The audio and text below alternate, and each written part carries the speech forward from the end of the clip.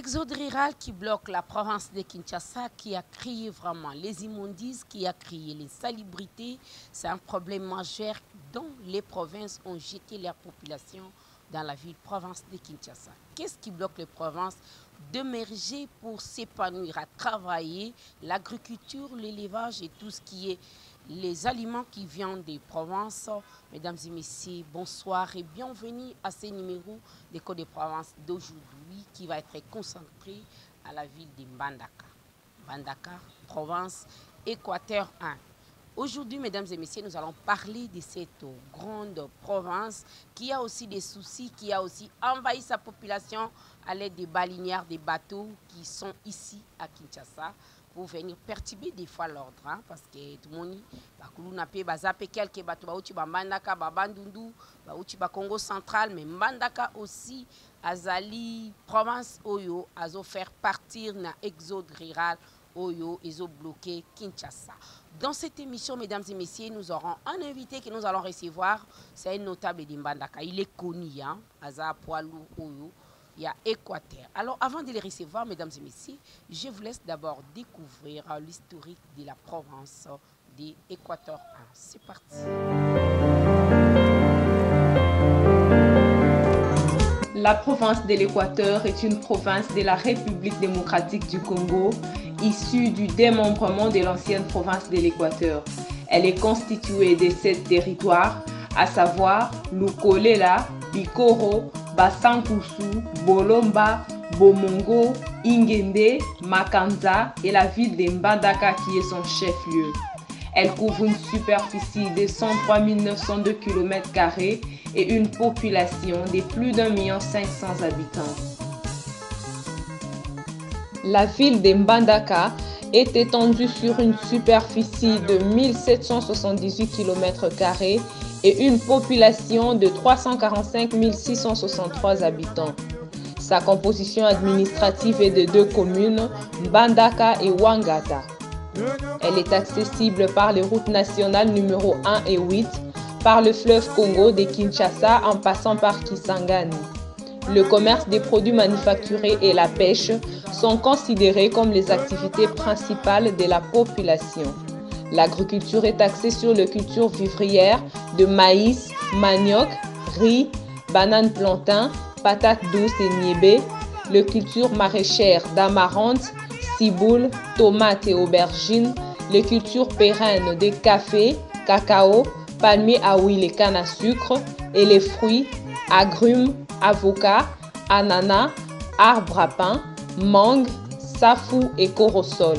Les contraintes du secteur agricole de la ville de Mbandaka sont les manques d'intrants agricoles, des semences améliorées, du personnel d'encadrement et l'insuffisance d'investissement.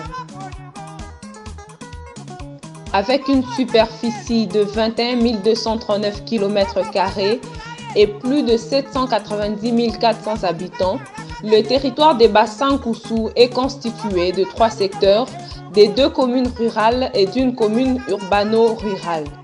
Les routes nationales numéro 22 et 307 permettent d'entrer et de sortir du territoire. Il est également accessible par la voie navigable et aérienne. L'agriculture est constituée comme activité principale de la population. Elle est axée sur les cultures vivrières de maïs, manioc, bananes plantain, la culture maraîchère des l'oignon, la culture pérenne du palmier à huile et le fruit safou. Ce territoire à vocation agricole rencontre des difficultés telles que le manque d'intrants agricoles et le délabrement de routes des dessertes agricoles. Le territoire de Bikoro est étendu sur une superficie de 13 274 km² et plus de 366 571 habitants. Il est constitué de 3 secteurs et du chef-lieu de Bikoro. Il est accessible par la route nationale numéro 8, les reliant en Mbandaka par les lacs Tumba. L'agriculture est considérée comme activité principale du territoire. Elle est axée sur les cultures vivrières de maïs, manioc, bananes plantain, riz paddy, arachide, niébé, patates douces, les cultures maraîchères d'oseille, amarante, aubergines, piment épinards et tomates, les cultures pérennes de cacao, café, palmier à huile et le fruit safou, avocat, orange, mangue, ramboutan et noix de coco. Les non-paiements du personnel agricole, la difficulté d'évacuer les produits agricoles vers les grands centres et les manques de moyens de transport pour les agriculteurs sont les différents problèmes recensés dans les secteurs agricoles du territoire de Bikoro. Avec une superficie de 24 280 km² et plus de 553 650 habitants, le territoire de Bolomba est constitué administrativement de 4 secteurs. Il est traversé par la route nationale numéro 22, par la route provinciale numéro 305 et par les rivières Ikelemba et la Lulonga. La pêche, l'agriculture, l'élevage et les petits commerces sont considérés comme les activités principales de la population. L'agriculture est axée sur les cultures vivrières des maniocs, maïs, riz, bananes, plantains et arachides, les cultures pérennes de café, cacao, palmier et laïs et canne à sucre. Étendu sur 19 898 km², le territoire de Bomongo est subdivisé en deux secteurs et la commune rurale de Bomongo. L'accessibilité s'est faite par bief navigable et par la route provinciale numéro 368. L'agriculture et la pêche sont considérées comme les activités principales de la population. L'agriculture est axée sur les cultures vivrières des maniocs, maïs, riz et bananes plantains, les cultures pérennes de cacao et des palmiers à huile et le fruit noix de cola. 17 952 km² est la superficie du territoire de Lukolela. Il est subdivisé en 3 secteurs et la commune rurale de Lukolela. Son accessibilité s'est faite par route et par bief navigable. L'agriculture est axée sur les cultures vivrières des bananes plantains, manioc, taro et patates douces et la culture pérenne des cannes à sucre. Le territoire des Makanza est étendu sur 7 570 km². Il est subdivisé en 3 secteurs et la commune rurale des Makanza. Il est accessible par bief navigable et la pêche est considérée comme l'activité principale de la population.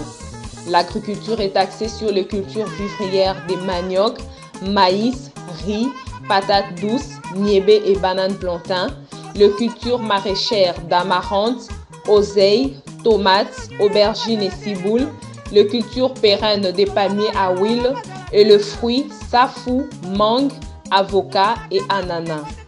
Étendu sur 17 328 km², le territoire d'Ingende a une composition administrative des 3 secteurs et la commune rurale d'Ingende. Les entrées et sorties du territoire se font par la route nationale numéro 8, par les routes provinciales numéro 305 et 213 et par les rivières Ruki et Boloko. L'agriculture constitue la principale source des revenus de la population dans les territoires. Elle est axée sur les cultures vivrières des maniocs, maïs, riz, patates douces, bananes plantains, arachides, niébé, les cultures maraîchères d'amarante, aubergines, épinards et piments, les cultures pérennes des palmiers à huile, café et cacao, et les fruits, bananes, arbres à pain, oranges, noix de coco, avocat, mangue, noix de cola, ainsi que le corosol.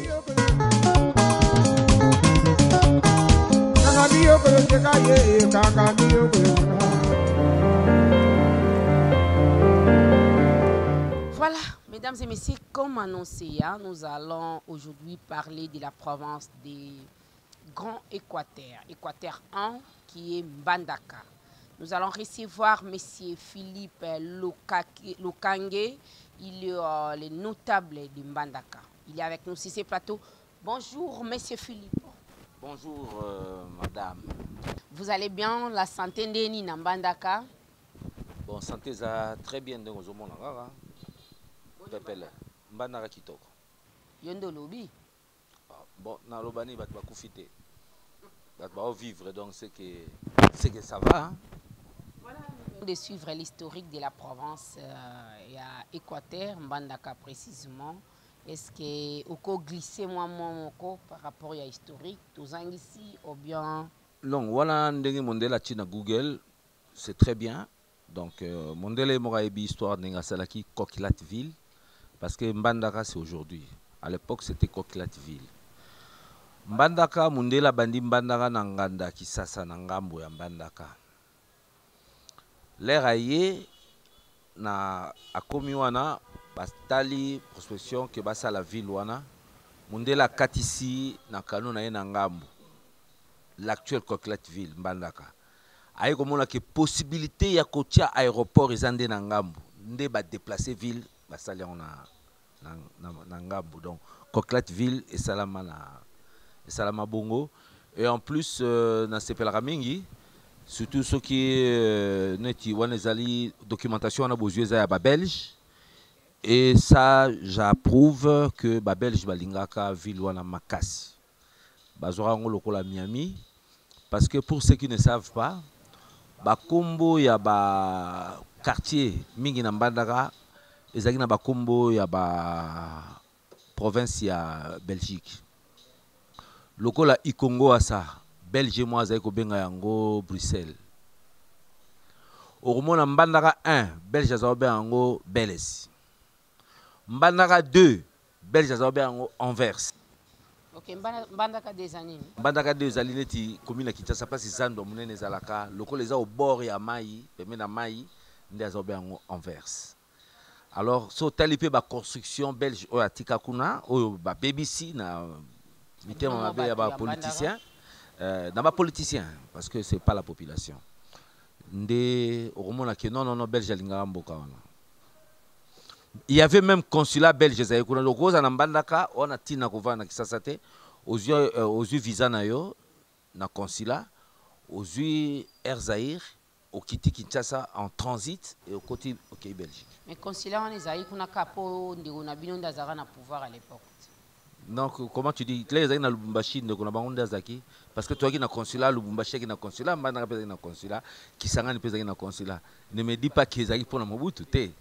Wanezaki ville bango balingi baye ba investir au moins nous avons des métissage belé parce que Mondele a mesana ki na loposo moyinda mesana ki na mongo mingi aoka kelengi non c'est pas possible voilà alors na auto Landa ilo to lobela pe mingi makambo matali Mbandaka na bino ezape Mbandaka na biso ya bino parce que yoza notable kuna teza notable ngaza notable ya UDPS Équateur 1 Équateur 1 ba kulutu na ngande baza ba notable lokola ba Bankita Arthur yaza notable siko ya ville lokola ba ya na ngai kombo ekoya alors pona yo nini yango iso bloqué na Mbandaka Apollinaire Etayi azape notable wana penda ya alimbisanga kombo kimaki ba caméra oyo talaka. Ok, pour yo na historique tolandi na moi exode rural pesa na moi Kinshasa est-ce que biki Mbandaka pe azana moi quelque part responsabilité? Oui, ça c'est partout hein. Kasai batondi abato komi na bawewa lokola Burkina Faso bauti pe na bakasai dezaka Mbandaka mutatindikita. Non, na lobi parmi ba. Ah OK, c'est bon. Parmi oui. Là, j'accepte directement, oui. Et vomir population là-bas. Voilà les mots qui conviennent. Ok, merci. Nous avons le Congo central qui a vomi. Nous avons partout. Mbandaka. Partout. Nous avons aussi la province du Bandundu et Kassai qui prend l'ascenseur. Oui. Oh, il va vomir population. Alors, pour nous, motif nini o nanu bazo kima province. Parce que Mbandaka pe na koyo kango Équateur, grand Équateur en général nanu. Les acquis parmi la province Oyo et Bandai ko fourni Kinshasa na makambo ibili.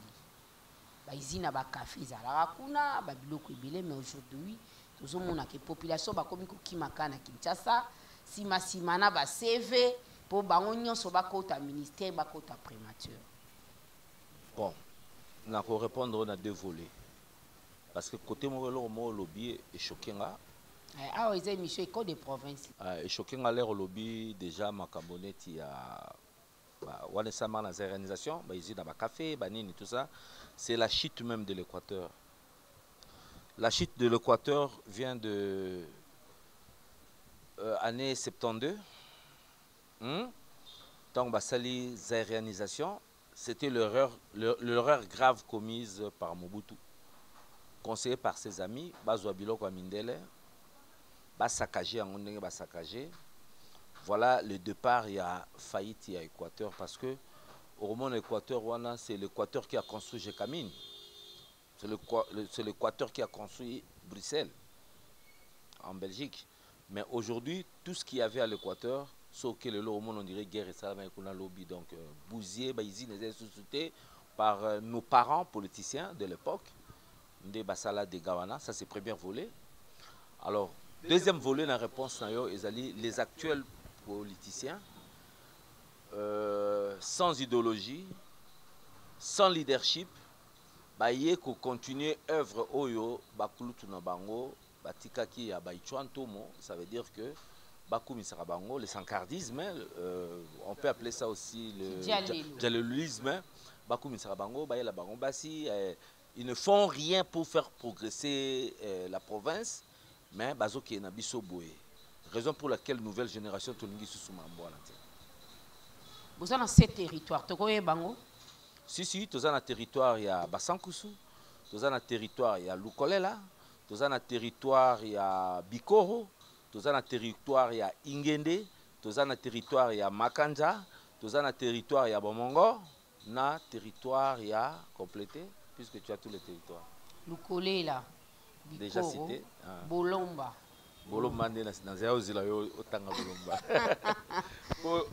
aussi au Kotaki déjà. Alors, tout le monde a question, c'est le pot obi, mais on a tangi 6, c'est Bolomba. Il y a Makasi. C'était d'ailleurs ça, on a tika on a tiké le on se documente toujours pour passer à la télé. Merci. Alors, on a un territoire où on a une société. Territoire ni nango eleki muninga na mo émergence. Na émergence dans Kolobata territoire mon côté eleki muninga parce que à l'Équateur sur tous les 7 territoires, tu as d'abord na retard côté mental. Donc peuple baza reculé na donc sous-développement mental les am makasi partout et voulu par des politiciens pour la règne na baon. Donc ozanga kofungwa maya mutu naloba na lingala oyo tunyosa koyeba manque d'épanouissement intellectuel c'est un handicap déjà. Ya makasi muto atangi mingité réflexion c'est otanga te mosusu pe atangi na ye parce que ba université pesa kunati mais le kola na kati ya makila na ye bati déjà lettre B donc qui bololé. Allez, à Keina Bololé sous makasi na vie na ye parce que atangi na ye so bien 1 plus 1 aye bi que bano 2 mais si go so tali na vie na ye alati médiocrité lokola likambo balati médiocrité dans ko poisa ka jalelu ya komaka bino benga mukala banini donc ya beta ka guitare d'accompagnement mon koni yo beta solo donc basala ke ba accompagnateur ba ya lebeli pour na règne na bango ba individu qui veulent se dire leader. Or, il n'y a pas de leader à l'Équateur. Leader voilà. Mon côté, Azan Équateur. Mon côté. Alors, selon vous, c'est un problème de cupidité, népotisme, l'autorité à Équateur? Non. Quand on a un népotisme, on a bisoté. Cupidité, Zali. Cupidité, c'est-à-dire, politicien, je dis. Un politicien qui est natif. Il y a Mbokawana, on prend l'exemple, des bons exemples, on ne peut pas quand même Tikango. Ouais, on a connu quand même Messi Mata Tampono que j'ai salué aussi en passant. Ça, tu parles de République. République. Okay. Voilà. Là, tu parles de République. Je parle de République, mais je parle, il est natif de Kin. Justement. C'est ça là où je prends l'exemple. Parce que tout ça est changé. Ouais. Na Équateur, Ezana, ba leader, ba lekebili. leader azate baleki ebele na ndenge toyekela parce que biso tovana na Équateur te boka bakombo wala bagrimance voilà na so tangi moko na ebisio na nyazali na otanga te yo nde so meki kaka ngana otanga oyo tomoni ke na kati ya province na ye il a quand même travaillé de pas na biso zéro déjà loba zéro alors cupidité wana yozo wanga na mais pas na bino ezali mutana fait ma part en Équateur atanda ko parent na ya tunga te est-ce que yebi école ya tanga primaire ba toiture elongwa mais justement benga mutabongo leader otande na oboya ya on a tunio est-ce que kuna na Équateur reproche à cupidité ezate makasi parce que bango ba aka kotokola bana posa mbonga pouvoir bango bazwa bacha médiocrité la tête ya province pour que ba barana tinela biso autant bango lokwa bango bakulaka or il y a pas de bakulaka puisque bolingi développement est nul mais bino pe boza IDPS yo zape cadre na minito yo notable ouais o isa deuxième mandat na bino pe mandat liboso olingi to glisser te wana futo leka oleka mwandamu parce que soko lingi to glisser ngana nanga après hein te biso to glisser kaka donc malunga te mais tozo glisser kaka mwandamu parce que bon l'IDPS de l'Équateur a toujours été trahi par l'ancien secrétariat général de l'IDPS et le ministère de l'Intérieur. C'est ma réponse. Okay. Donc au moment l'IDPS de l'Équateur 1 affaiblit toujours par rapport à Bango Tosa Obika na lokoso na bango nde IDPS ça ya kokufa na Équateur toujours. Mais ba grand leader ya Équateur bazan IDPS te. Bon ngayo na lobalo na IDPS na leader te. Boyanga na leadership tandima. Kasi fo Mbappé kunesko tonga tanda wa batol. Na ebisio to na école yo tanga peut-être toiture elongwa. Mais yo za ita sa otamo na dipa ya solo. Te na tanga na école bakusu. Ne confondez pas les choses. Là tu m'amènes dans raisonnement moro terre à terre. Et non, mais mon raisonnement est tout seul. Et le lobby et que déjà raisonnement mon ngala traité en bongo limbisanga. Ngai ça fait 4 bonnes années qu'on a décidé nazonga na province na biso. Hein? Et là-bas je ne suis pas locataire, na bandi bongo, hein? J'ai un bureau. OK? Na Équateur, na ye eloko liboso. Nati ba banderole ya non à la médiocrité. Pour population ba comme le loko telema kotomboka ke non à la médiocrité, c'est celui qui te parle mutaye na makambwana. OK. Mon frère direct. Faut faire rêver bango. Voilà, mon frère direct avec ça même ngai il na bini dans ya semaine. Abina ngozo ko sa ninga bi non la politique en tout cas ça marche pas chez nous. Alobi ya nanga ya mobali. Aibsinga bi awa bato mbongo ba lea politique ba balene na bani natangeli ngai na bisete bango tout elote parce que régions de province ezo progresser et que yeba yango que nzambe po sala mokili aki na besoin $1 million te na okota na avion na zoya nzambe aloba que la lumière soit et la lumière fut. C'est ce que donc vinanga en Équateur na koyebiso yango et makambu o na koyebisa o siko o na sali na Équateur na déjà na 2 diplômes 2021-2022, bah pesanga diplôme il a prix de l'innovation. Politicien moi zo kango. Danga ba bebi socio. Pour lui ko découvrir ngana ba to le siko. Motaye ko lamusa handisport na Équateur. Que baba ye ba ki aro yemba hymne national na maboko, ba ko beta balé, ba ko beta pétanque, ba ko beta bo sport, basi mibali. Baba ba basi bazo sala nzango avec la ye ba ki so ba sele biso ni na ko beta torbal, c'est moi. Avec le chef de division, paix à son âme, M. Boloko Paul, à Koufaki, l'année passée. Bapé a déjà diplôme, le prix de l'innovation et révélation de l'année 2022. En 2023, Nazu sous diplôme. Nazu sous diplôme, il y a culture et art. Pour nous, l'ambisa musée national aux Anambandaka, Batouazaï Kokotoye Yangote. Yo pour ma école de province to visiter pe musée wana. Na ole lango force boye. Musée penza o bokoko na biso nyonso. Ezana kati soko yeba la kiso ba bia awa boye. Omoni oyo konga cuivre. Et puis makana na mabele tel. Omoni oyo flèche oyo ya boye. Omoni boîte oyo.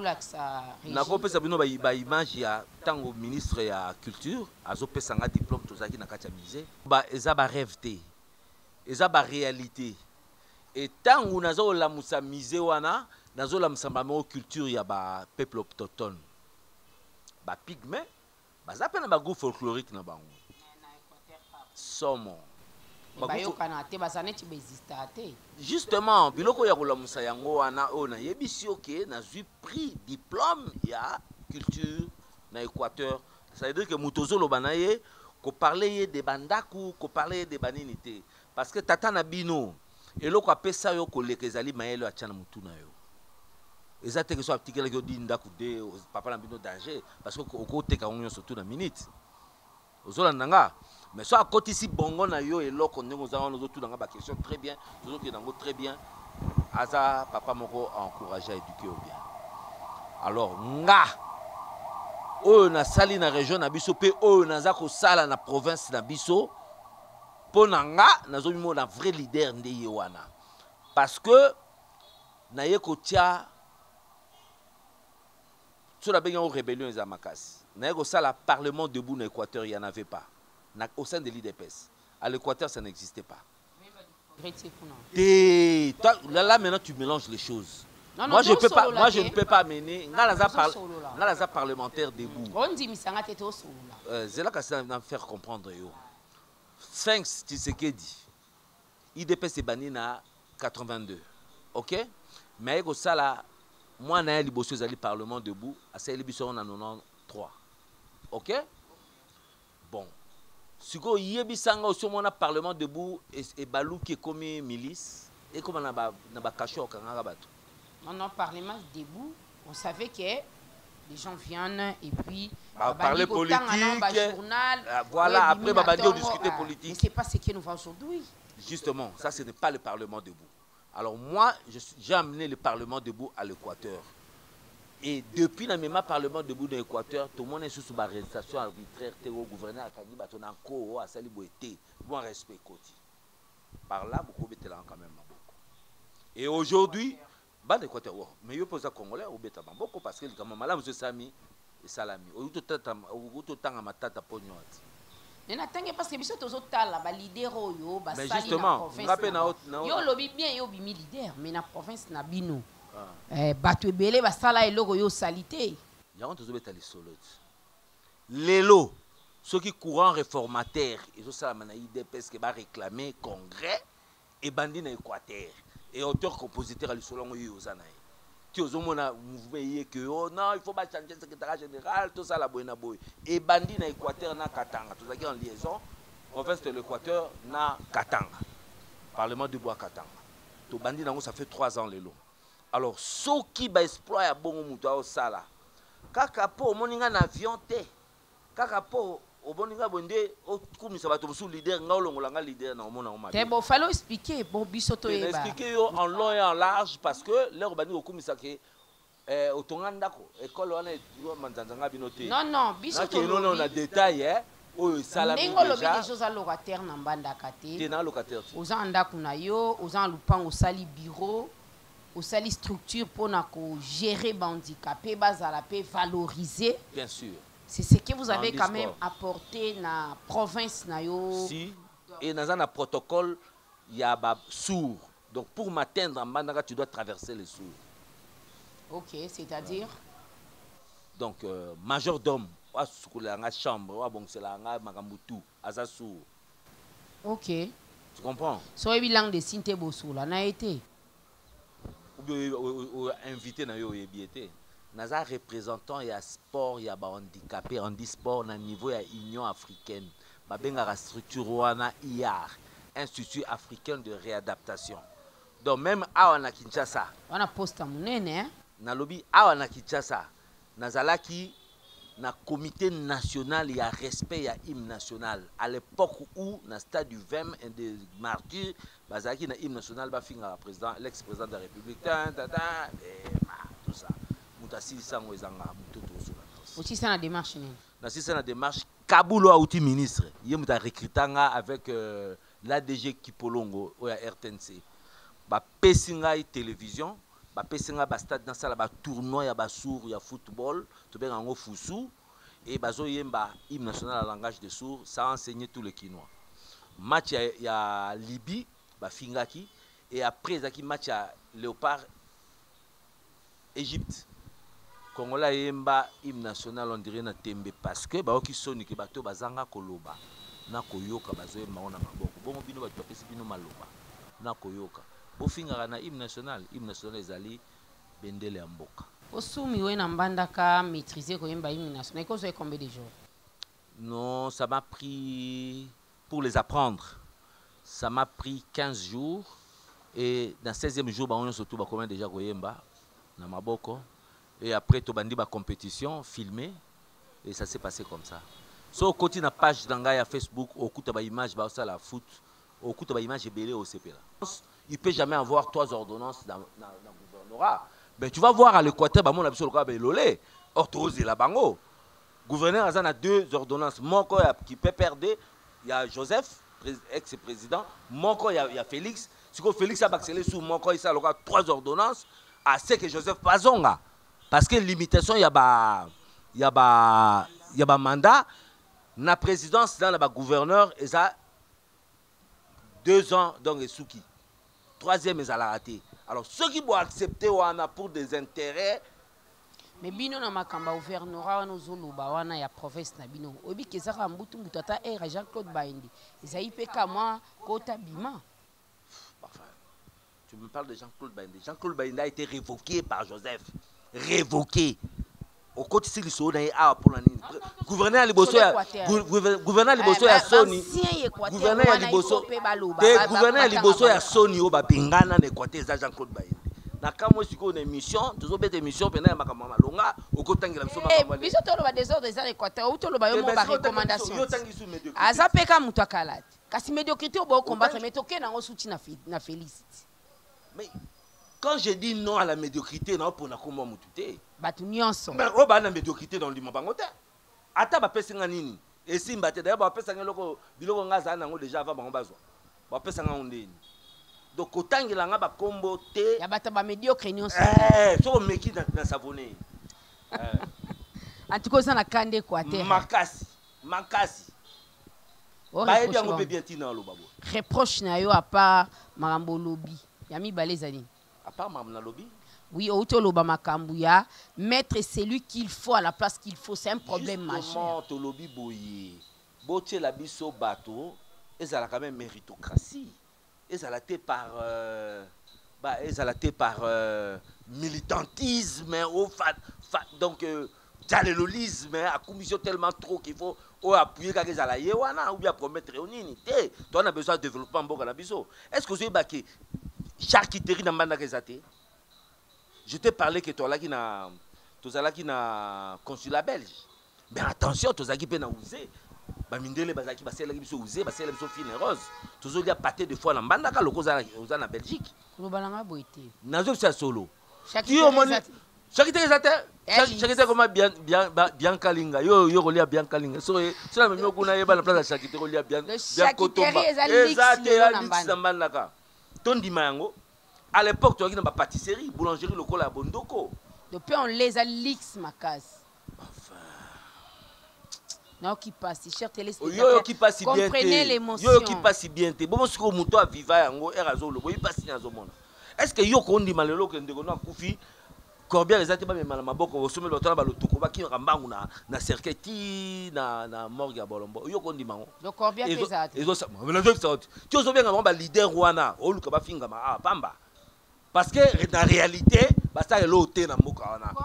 Na groupe sa bino image ba simbi cercle ba ke actuellement na groupe sa bino image. Ngala na ba image tout. Donc ndenge za na so tanga ba komona bango ozoluka ba sambwa bien parce que muto za na ye na bango za butu na moi. Chakiteri Corbière Nambandaka ezalate bamema kaka ebembe. C'est pas madame Patricia Mabungu qui confirme, hein? C'est monsieur Philippe Azali. Je confirme. Soki famille wana bazana moi pick-up nde batiango na pick-up ebembe na pick-up ale batu so bana ba moto ba okende. Mais na ba famille oyebi na puisque naza thanatologue de formation. Oyebi thanatologie, c'est quoi? C'est la science, il y a que prendre soin du corps humain après la vie. Donc ça commence à la morgue jusqu'à la tombeau. Tu comprends? C'est raison pour laquelle les nazala hakuna nazako ke da makamo étape par étape. Mais grande étape, le service funéraire à l'Équateur, ça doit changer. Parce que tout ça dans le 21e siècle. Exacté. Le quoi semaine passée, Sentinelle n'a pas fait naza awa. Paix à son âme, Magali, Sentinelle n'a pas pigment. Na monika image de Bakundi, et ça linga est vrai pas si pourquoi écouter nga awa. Ça je te dis sincèrement. Et c'est un vrai pas si pour Bakundi et Baoki Mambango ba pigment ba we ba nzembo na banini ba kena et donc il m'a servi. Vraiment. Donc ça salut na yezate. Donc ataba service au tout monde na ba mort awa. Il y a ba funérailles wana bazo tombo la corne en air et ça. Ba corne en air pour ba tombo pour ba ki otchangwa. Quand ça on a projet na yoti. Oyo zo sala ya. Fondation na yo. Na yebso ki ba kendeke. Fondation na comme na bien-être universel. OK? Donc c'est vivre pour les autres. Olandi. Donc nazo kende malembe na ba moyen de bord. Ngala zate ke motabuka ki kese à l'état à sala quelque part. Na maboko pembe. Na simba 1 franc na bangote. O tout na sala ka eza par de moyens. So na ngote de ba baba ngabi mikolo na ngote to vanda. To vandi pe na biso to so. So ye ngabi ale to banda foot to bandi na viva bongo. Alors na ngala vivre na au-delà té. Par connaissance nga nazo kende mal étape par étape. Mais je te dis il y a beaucoup à changer parce que toza mon ambition qui est sous développement mental. Est-ce que c'est injuré? Nous disons à l'obake et pas na sous-développement mental. Handicap intellectuel. Donc c'est que nous avons ça vraiment à la réalité. Ami fingi na nous pas bon ça. Bon, y a ami fingi. Bon bino bateau bo chiraka. Abik sabino. Merci. C'est déplorable, mesdames et messieurs, tout la qui n'a priorité. On a directement abordé l'infrastructure. Donc, Papa Philippe Azolela, qui passe à l'objet à l'écanéco des provinces, à l'objet là, nous sommes politiciens au Bayo Kaye. Nous, on ne fait pas la politique, mais on fait ce que les politiciens devaient faire pour désenclaver les provinces qui sont dans des états de délabrement très avancés. Banda Kaza faire partie parce que Kunape, il y a plusieurs avant. Il y a des écoles qui sont vraiment na batolte bana bazotanga polele mbula soki bana oyo Équateur ezana banzete ezana mamunyo surtout mais ezana ba école oyo bana bante bavana likwa mabanga. Est-ce que c'est normal parmi les 7 territoires otangiwana ezana ba école oyo bana bavana na mabanga mais so boaki misobwe zamba banzeta minene. Les Chinois viennent prendre comme ils veulent parce qu'ils ont glissé quelque chose aux dirigeants. Donc, tout le monde vivre esclavagisme. La siècle où brousse. Oh, jungle. Qu'on est à jungle. Donc, tala. Sozaki Équateur, à part Bilo, tango koka reproché baoni. Ogineka boina mbandaka oyo tambola. Nangana baba batasoni. Réponse c'est spécialité. Non non, yo za mutakuna foi salopa c'est mambozo loba. Mais bosso nabi, so nabi batasoni, c'est que oyo loba kabila les pères prenez-vous en charge. Ils a cri de détresse, ils a sengoté. Ouais, ils a sengoté, mais si on remonte ba politicien na bobenga ba soi-disant leader, atini ba 10 francs na ye, ba ya koyamba na aéroport, ba betele maboko. Ba betele maboko pour ye na nini. Mais kaba wana pe ba olanda ye kaka. Kaba to ba tombole bembe. Justement, au kolisi nzala kati na bango po bazaka toujours sima ba ki bololé na yo parce que yo zo mona mayele, mais oza bololé. Kolé quand même bato yo traité de bololé. Yo l'équipe bango na bololé. Pour les opérations misolo bango ba beaucoup miso. Ba ku miso di yo mona teke bembe bali wenjinji batondi. Ba ba loka bi bembe. Wana torobeli ma service à funérailles morgue. Morgue na bandaka il faut avoir de l'argent faut d'abord il y a que deux morgues. Non, par jour, tu commences par payer chaque jour 75 litres de mazout. Sérieux? Beaucoup de gens morgue pour tourner moteur wana muto asaka na morgue tanatolo ko asaka na morgue abikani kana mazout obino ebimba kufa ki yo 75 litres. Omega 10 jours yo nani. Il faut bossa mbangu bobeta kesi bokendo kumba kumba bokokunda eti. Oh, kutu so mutakufi na 8h. Babando bon c'est déjà na 16h bakokunda parce que ba liru ko komata na mulongo morgue te. Po ba ko mazout yo api. Ba tu pas ça da problème. Et Code des provinces, en tout cas, il faut tout le bango vérité. 75 litres de carburant par jour. Merci. Kobo Tchai Bembenama. Faut ça la mon ministre et ton papa ministre. Ah, ce qui était passé. Donc, parce que Namboka Morote Oyo, ba riche, ba leka, ba pauvre ne belé. Ba pauvre, ba zara toujours rebellé. Puis Namboka Morote Oyo, place ba politicien, ba se trompe pas. Namboka Morote Oyo, ministère de l'Intérieur, azana ba policier, na ba soldat pour la population. Parce que la population là, ba bon na bango lokola bantaba. Ba olela. Okyo bomi ya kufi.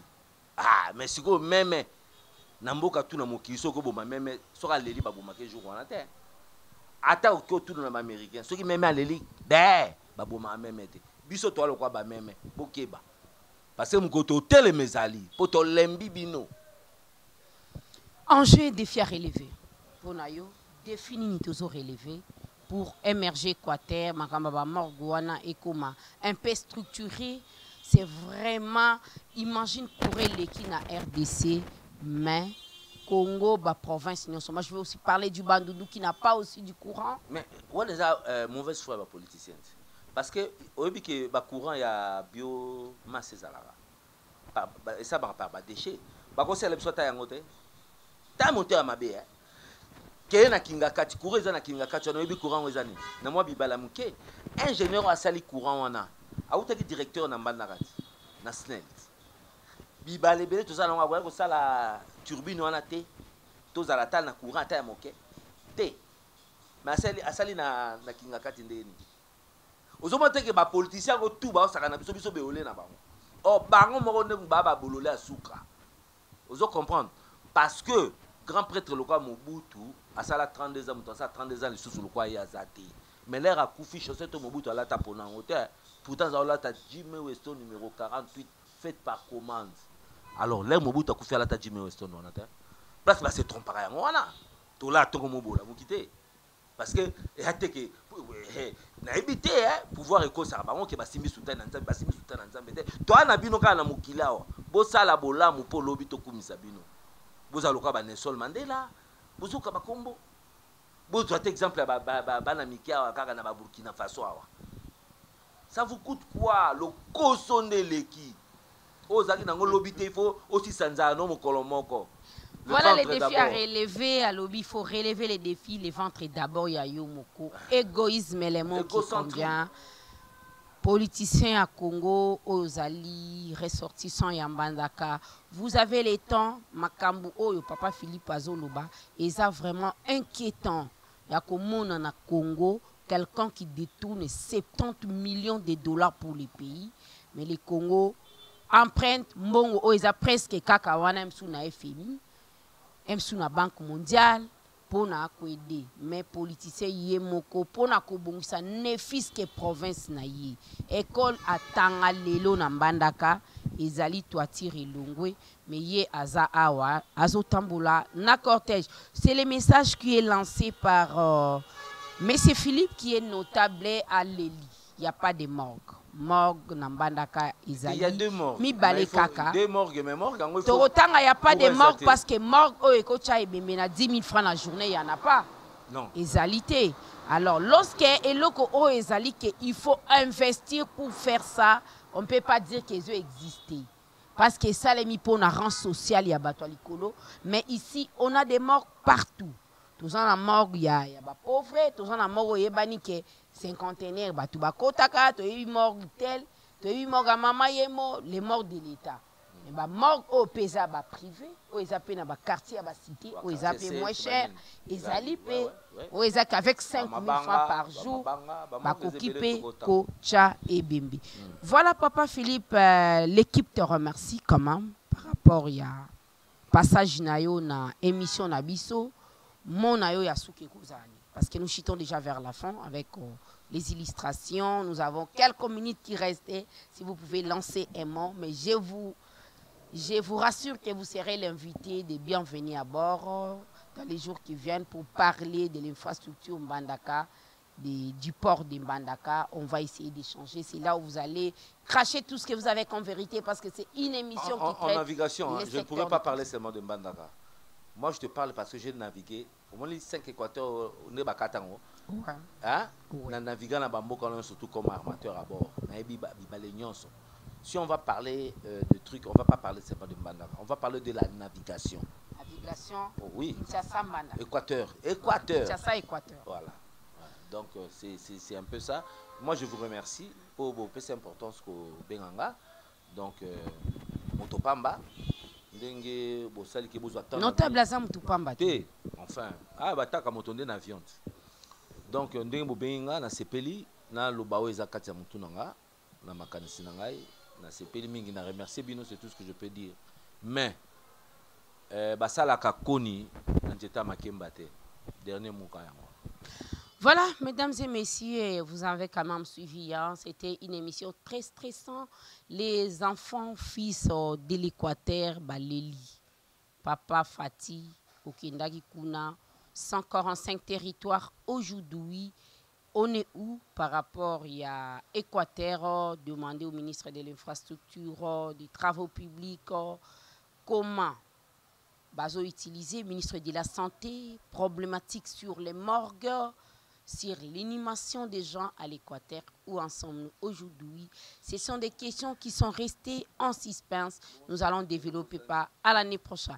Et puis, Chakiteri Nambandaka. Balobi kuna pain au lésaté. Ce qui peut au lésaté, c'est que Boudin a bien pésaté. Boudin est attaque saucisso, basala na soso, ça n'existait pas. Alors, il réclame tous. Voilà comment les provinces souffraient. On ne peut pas rire, mais c'est très inquiétant. Je vous retrouve la semaine prochaine avec un autre numéro.